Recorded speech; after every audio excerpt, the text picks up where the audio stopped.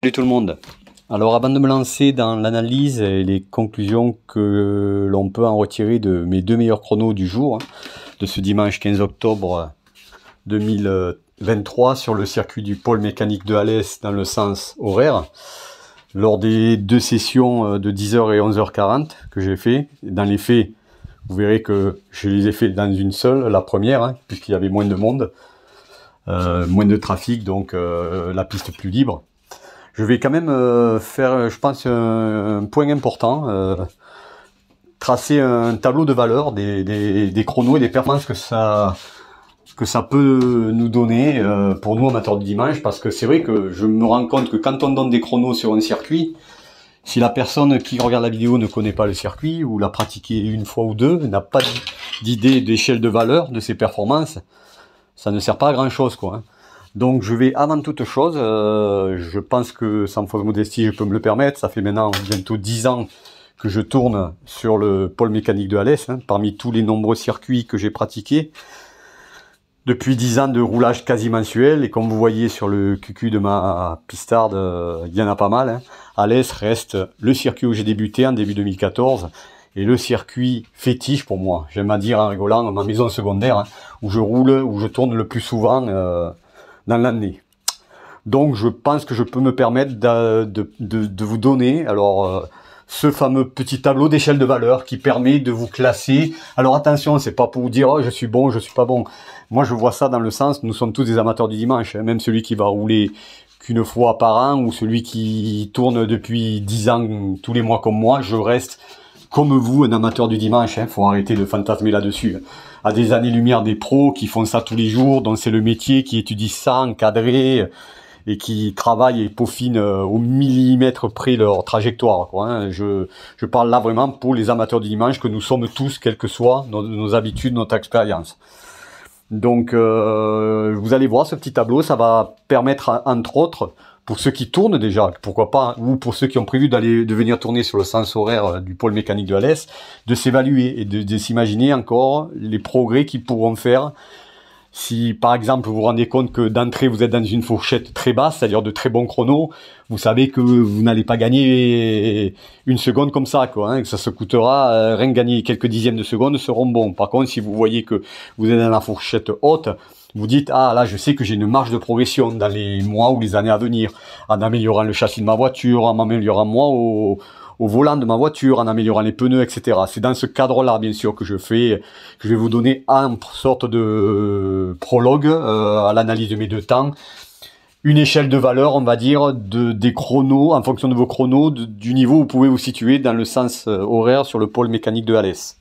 Oui, avant toute chose, bien sûr, ce tableau de valeur qui permet de nous situer, de voir où on en est, pour moi, dans les chronos des amateurs du dimanche, je le fais sans tenir compte de la voiture. C'est une généralité. D'ailleurs, il y a certains chronos où, quelle que soit votre voiture, que vous ayez 120 chevaux ou 400 chevaux, y passer en dessous, c'est être très bien, très bon, vous voyez, je veux dire, pour un amateur du dimanche, que nous sommes tous. Donc là, c'est une généralité. Sachant bien sûr que si sur un circuit, par exemple, quelqu'un fait 1 minute 25 avec une voiture de 400 chevaux et un autre fait 1 minute 25 aussi, mais avec une voiture de 150 chevaux, même si c'est le même chrono, ce sera pour moi plus remarquable de le faire avec 150 chevaux. Ça me paraît logique, quoi. Mais ça, je n'en tiens pas compte, moi. C'est vraiment une idée de chrono qui va vous permettre de vous situer, de voir quel progrès vous pouvez faire encore, ou si vous pouvez en faire. Si vous arrivez d'entrée, vous faites des chronos très bons, vous doutez bien que la marge de progression, gagner, ce sera pas la seconde, quoi. Ce sera gagner un dixième par-ci par-là, quoi. Et encore, Donc voilà, sachez que ce petit classement, ce tableau de valeur du sens horaire sur Alès, selon moi, je le fais pour une généralité, sans tenir compte de la voiture et de sa puissance. Ou de sa préparation, bien sûr, châssis ou autre. Cette première fourchette haute, une 40, une 37, je vais dire, oui. Les secondes sont facilement gagnables dans la même journée. C'est vraiment la fourchette haute, mais sachez quand même que quand c'est une première fois, vous êtes dans cette fourchette-là, vous pouvez considérer que vous êtes bon. C'est un bon chrono pour une première fois sur le sens horaire sur Alès. Dans cette seconde fourchette, donc entre une 35, une 37 et une 35, là, on va dire que c'est encore aussi gagnable à la seconde, quoi, et voire même dans la même journée. C'est un déclic. Je sais pas si vous l'avez déjà vécu. Des fois, on a un déclic, on ressent mieux les choses avec. Dans la même journée, on peut encore arriver à gagner. Mais c'est déjà un petit cap, parce que se rapprocher des 1,35 secondes sur Alès, ça commence à devenir un bon petit chrono, quoi. Alors la fourchette suivante, meilleure, on descend. Donc entre 1,35 et 1,32, là vous pouvez dire que vous commencez à taper dans les bons amateurs du dimanche sur le sens horaire de Alès. Quelle que soit votre voiture, donc toujours je parle dans la généralité. C'est des chronos encore dans cette fourchette, on peut arriver à gagner des demi-secondes.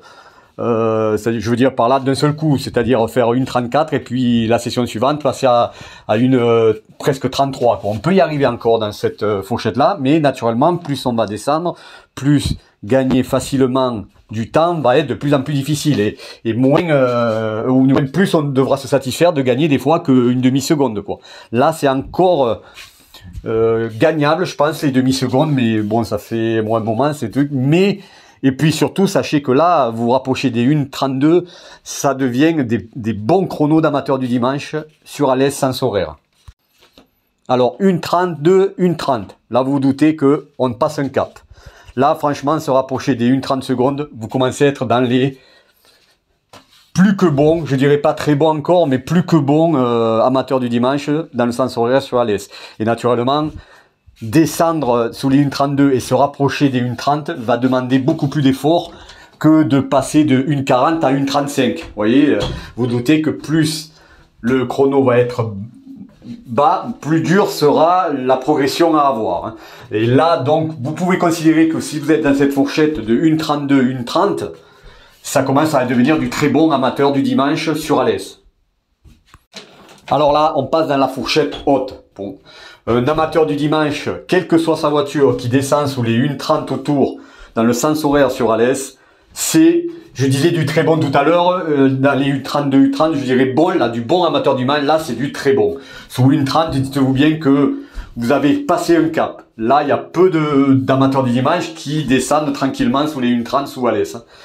Quelle que soit la voiture, parce que là, il faut prendre un peu de risque, un peu plus de risque, même si vous avez 400 chevaux, quoi. Naturellement, ça va plus aider d'avoir 400 chevaux que d'en avoir 120.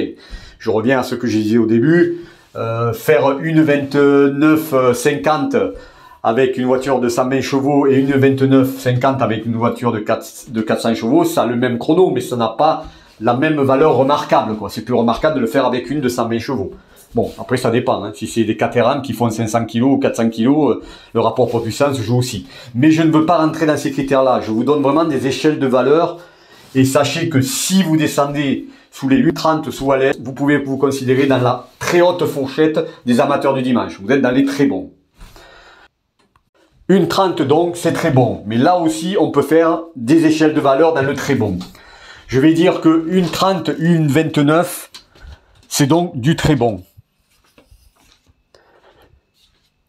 Sous les 1,29, ça commence à taper dans les très très bons amateurs du dimanche. Il y a très peu d'amateurs qui sont capables, quelle que soit leur voiture, de descendre sous les 1,29 secondes, c'est-à-dire de taper des chronos à 1,28. Il y a un autre cap, c'est descendre sous les 1,28. Là, c'est vraiment, suivant la voiture, à partir de là, la puissance de la voiture joue beaucoup. C'est-à-dire qu'au niveau pilotage, si vous descendez sous les 1,28, vous pouvez vous considérer pratiquement tous de même niveau dans les amateurs du dimanche. J'allais dire, même là, moi j'ai vu des pros avec des voitures moins puissantes qui tournaient dans ces chronos-là. Mais disons que sous les 1,28 autour, sans horaire sur Alès, ça va être vraiment à partir de maintenant, là, vu le très bon niveau des pilotes au volant, même des amateurs ou des pros, mais enfin, nous on reste entre amateurs dimanche, ça va être la voiture qui va permettre d'aller beaucoup plus loin. Vous allez atteindre les limites de votre voiture, quoi. Et à partir de donc une 27, c'est vraiment du très bon. Et je dirais qu'après, si vous avez une voiture qui est capable de faire une 27, peut-être que vous pouvez aller à une 26. Mais il y aura le dernier cap pour moi dans les amateurs dimanche, je n'irai pas plus loin, puisqu'après ça dépend de la voiture, c'est descendre sous les 1,25. Là, en général, on trouve des très bons pilotes amateurs du dimanche qui ont le même niveau que les gens, honnêtement, en toute honnêteté, la plupart, qui tournent en une 27, une 28, une 29, mais qui ont la voiture qui va leur permettre, et qui vont savoir l'exploiter, bien sûr, leur voiture, qui va leur permettre de descendre sous ces 1,25. Si sous les 1,28 ou 1,29 même, il y a très peu de participants amateurs du dimanche sur Alès qui tournent dans ces chronos. Alors sur le 1,25, je pense, moi j'en ai croisé en amateur du dimanche, en plus de 10 ans de piste, en presque 10 ans de piste, je crois que j'en ai croisé, allez, sur les 5 doigts d'une main, quoi. Et allez, oui, allez, on va dire sur les, je dois 7 ou 8, j'en vois 7 ou 8 à peu près, qui étaient de très bons pilotes, et qui avaient la voiture, et qui savaient l'exploiter pour descendre sous les 1,25. Un petit coucou d'ailleurs à Yann Sport, hein, et ça, superbe, il va rigoler parce que moi je préfère dire le moteur avant, Mégane 3 RS camouflé dans la jolie caisse d'une Clio 3 RS, avec une Clio 3 RS avec un châssis digne d'une compétition usine aussi, hein, et qui, avec son petit monstre, je sais pas combien, Yann, si tu regardes cette vidéo, tu peux le dire, à combien il est préparé, le moteur de la Mégane 3 RS, dans ta Clio 3 RS, de course, on va dire, est capable, lui, de descendre, il a la voiture, il a le niveau de pilotage, de descendre sous l'1,25. Et là, sous l'1,25, bon, je vous dis franchement, il y en a très peu dans les amateurs du dimanche qui tournent sur Alès qui sont capables de faire des chronos à ce niveau-là. Il faut à la fois connaître le circuit, être un très bon pilote amateur du dimanche, et puis surtout, il faut la voiture et savoir l'exploiter. Voilà. Donc maintenant que je vous ai présenté ça, vous avez une échelle de valeur. Vous pouvez vous refigurer ça quand vous ferez des chronos, si vous venez sur ce circuit, pour vous situer, pour voir si vous avez encore une marge de progression. Parce que naturellement, si d'entrée vous arrivez et vous tournez en moins d'une 25, bien sûr, on a toujours des marges de progression, mais elles ne seront pas énormes, quoi. Vous gagnerez quelques dixièmes peut-être sur un tour, mais vous gagnerez pas 3 ou 4 secondes, quoi. Par contre, si vous arrivez et vous êtes à 1,38, vous savez que là, dans les années, les mois à venir, vous pourrez améliorer vos chronos plus que largement.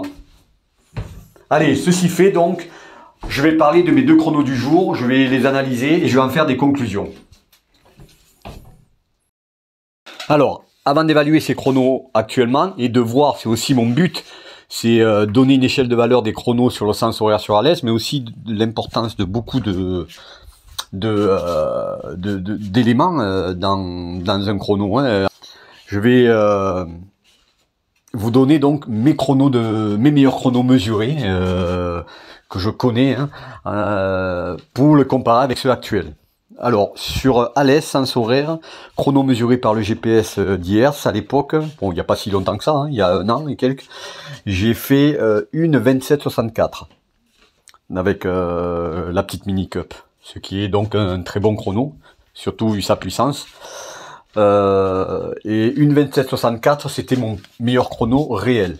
Mon meilleur chrono optimal, moi j'aime bien le citer celui-là, parce qu'il faut savoir que la différence est importante, puisque nous tournons en track day, hein, donc avec des amateurs du dimanche, donc on ne peut pas se permettre de prendre des risques que l'on prend en course. On se signale avant de rattraper quelqu'un, ou inversement, nous, on se garde d'empêcher quelqu'un plus rapide que nous de passer. Ça, je vous le déconseille, c'est idiot, ça bouchonne, et en même temps, vous apprenez pas. On apprend beaucoup. Moi, j'ai énormément appris ces 10 dernières années en essayant de suivre, et sans les bloquer devant des personnes bien plus rapides que moi. C'est comme ça qu'on progresse aussi, hein.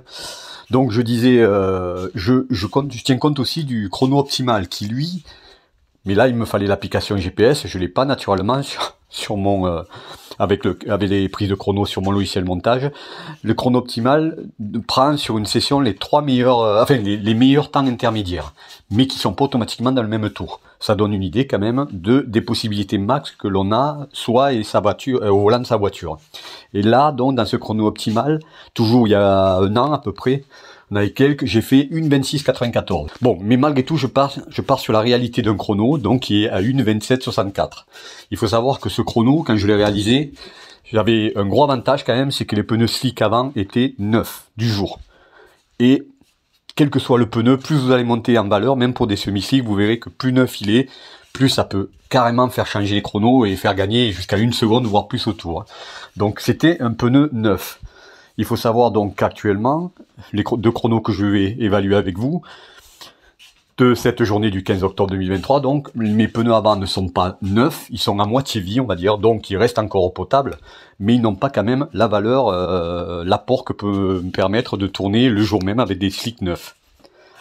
Par contre, par rapport à ce chrono de 1,27,64, j'ai fini d'optimiser en mode copie et adaptation totale le châssis de voiture, de ma Mini Cup, ma pistarde, sur la compétition usine Renault Sport des années 2000 à 2005, Clio 2 Cup I65. Ce qui n'était pas le cas donc pour C1 2764. Et on va voir que peut-être ça compense. Surtout, en fait, c'est surtout l'arrière pour ceux qui ne suivent pas, hein, puisque j'ai fini le train arrière en montant d'abord les amortisseurs combinés filetés de la Clio 2 Cup I64 qui me manquaient encore il y a un an, et surtout je dirais en réglant le problème du fait que le train arrière d'une Clio 2 RS phase 1 a une barre anti-roulis plus mince, et donc qui théoriquement joue moins sur le roulis, est moins rigide que celle des Clio 2 Cup I65 qui est basée sur la Clio 2 RS3. Et là, moi, j'avais pas envie du tout de changer le train arrière, donc j'ai trouvé la solution en achetant en Angleterre une barre anti-roulis à monter et qui permet de faire varier le niveau de la rigidité. Et franchement, j'en vois la différence, hein. Ça équivaut maintenant à avoir même plus, quand je la mets au plus dur peut-être, la rigidité de la barre anti-roulis des Clio 2 Cup X65. Donc c'est deux pièces importantes quand même sur le train arrière, les amortisseurs combinés filetés de la X65 et cette barre anti-roulis qui me donne un roulis au moins équivalent à celui d'une Clio 2 Cup X65. Je ne les avais pas à l'époque du 1.27.64, mon meilleur chrono réel. Et par contre, donc, devant, là, vous avez compris que j'avais des pneus slick neufs, que je n'ai pas actuellement, que je n'avais pas le 15 octobre, qui sont potables, mais à moitié de vie. Sachant tout cela, on va passer en premier sur mon meilleur chrono réel. Donc, les deux ont été faits dans la session de 10 heures, où il y avait beaucoup moins de monde, et donc la piste était plus dégagée. Les chronos, je les prenais, moi, surtout pour vérifier les apports des modifications et des optimisations du châssis, de la caisse, hein. Et j'ai utilisé pour ça un GPS 10 Hz externe et une application. 5 ou 10 Hz, c'est un minimum, hein, si vous voulez quelque chose de fiable dans les chronos, vu les vitesses à laquelle on roule sur circuit. Si vous utilisez que la puce 1 Hz de votre smartphone, par exemple, c'est du folklore, hein. Et c'est souvent du folklore d'ailleurs, vu la lenteur qui est très optimiste optimiste, on va dire, sur les temps réels. Donc j'utilisais cette application de temps en temps, hein, c'était assez fiable. Ça me permettait donc entre autres d'avoir le chrono optimal, comme je disais. Mais il y a à peu près un an, faut dire que ça fait bientôt 10 ans que je l'ai, ou pas loin, non pas 10 ans, mais peut-être 7-8 ans, mon petit Garmin Glow a commencé à déconner. Au moment, le fait est que je m'étais rendu compte qu'il était plus fiable, donc je l'ai plus utilisé. Et je suis passé sur, quand je voyais des chronos que je pensais bons, à me servir de mes applications de montage. Alors, faut pas les négliger. Ça a peut-être pas la précision au millième de seconde d'un GPS 10 Hz ou d'un Alphano, mais c'est très précis, puisque moi, actuellement, je suis passé Sony Vegas il y a 1 an et demi à Filmora de Wondershare, et sachez que même si ça demande plus de travail, bien sûr, il faut que je découpe la vidéo, que je la découpe en petits morceaux, mais je peux arriver à une précision dépassant le dixième, même le centième de seconde. Donc dans ce cas-là, que vous allez voir, pour mes deux meilleurs chronos de session du jour, du 15 octobre 2023, j'ai utilisé l'application Filmora.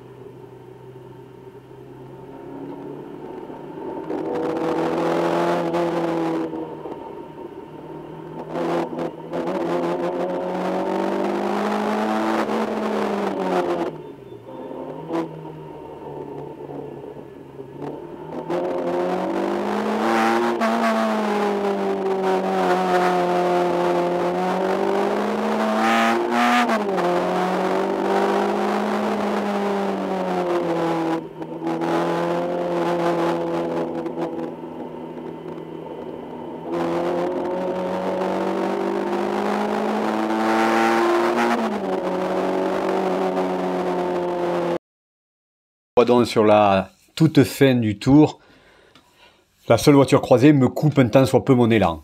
Elle me fait perdre sans doute quelques dixièmes. Est-ce que c'est suffisant pour passer du à peu près un peu plus de 1,28 sous les 1,27,64? Franchement, je ne pense pas, parce que ça équivaut quand même à, on va dire, 4 dixièmes, voire 5, donc une moitié de seconde. Je ne pense pas que j'aurais battu, ou alors ça s'est joué à très peu, en tout cas, mon record. Mais parfois, il ne faut pas s'arrêter à ça. Parce que donc, comme je le disais, en track day, on est assujetti au trafic. Hein. On ne va pas prendre les risques d'une course et donc on ralentit quand on rattrape des voitures pour se faire remarquer avant de les passer. Et comme on doit soi-même faire attention à ceux qui nous rattrapent éventuellement pour les laisser passer. Et c'est en partant de cet a priori que sur la même session, j'ai trouvé un autre bon chrono, vous allez voir, donc qui se joue à peu, qui à mon avis profitait plus sans le trafic.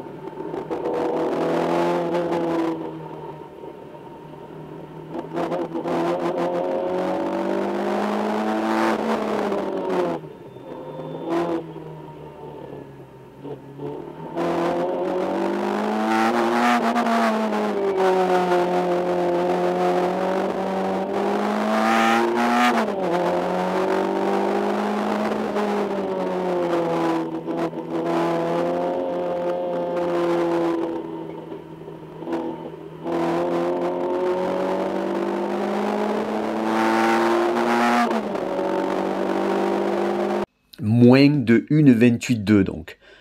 En sachant combien j'ai coupé ma vitesse dans la ligne droite au début du tour pour laisser passer plus facilement la Caterham. Je suis certain ici que même si ce chrono est moins bon, un peu moins bon que le précédent, que le meilleur dans des tours précédents, si j'avais continué sur ma lancée, sur ma vitesse dans la ligne droite au début du tour, en espérant que la Caterham, qui était, c'est un fait, plus rapide que moi en ligne droite, me passe dans cette ligne droite, c'était mon but, hein, m'accrocher derrière elle après la ligne droite, là je suis quasi certain que j'aurais battu les 1,27,64. C'est certain pour moi que ça aurait été le cas. Donc comme quoi, donc les pneus, neufs ou pas, la qualité de la géométrie, sa concentration du moment, tout joue, mais parfois aussi joue le fait que il vaut mieux avoir un bon lièvre devant soi, c'est-à-dire une voiture qui soit plus rapide que soi, mais à peine, parce que naturellement, si elle vous distance, c'est même pas la peine d'y penser, qu'être seul pour battre un chrono. Là, ça en est la preuve, quoi. Parce que je réitère que si j'avais continué sur ma lancée, gardé ma vitesse dans la ligne droite, je faisais les, moins de 1,2, donc il me fallait 5-6 dixièmes. Pour moi, je faisais une seconde de mieux, au temps facile. Et je me rapprochais peut-être même des moins de 1,27 réels. Enfin, voilà. Je l'ai pas fait, mais voyez, pensez à ça aussi. Des fois, ça vous empêchera de bloquer devant. Quand vous avez un bon lièvre devant soi à tenter de suivre, on progresse plus et aussi on peut battre ses chronos. Écoutez, j'en ai fini avec ma finalement longue vidéo, mais j'espère pour ceux qui sont arrivés au bout aussi que c'est passé très vite et que ça a été intéressant. Et pour ceux qui tournent actuellement sur Alès, sait-on jamais, ça peut vous servir. Et pour ceux qui ont prévu d'y venir dans les mois ou dans les jours qui viennent, si elle est utile, alors ben, j'aurai rempli mon contrat en partageant cette expérience. Allez, tout plein de plaisir au volant de vos voitures, tout en restant prudent. Et qui sait, à bientôt, soit sur ma chaîne ici, soit sur la réalité d'un circuit. Portez-vous bien.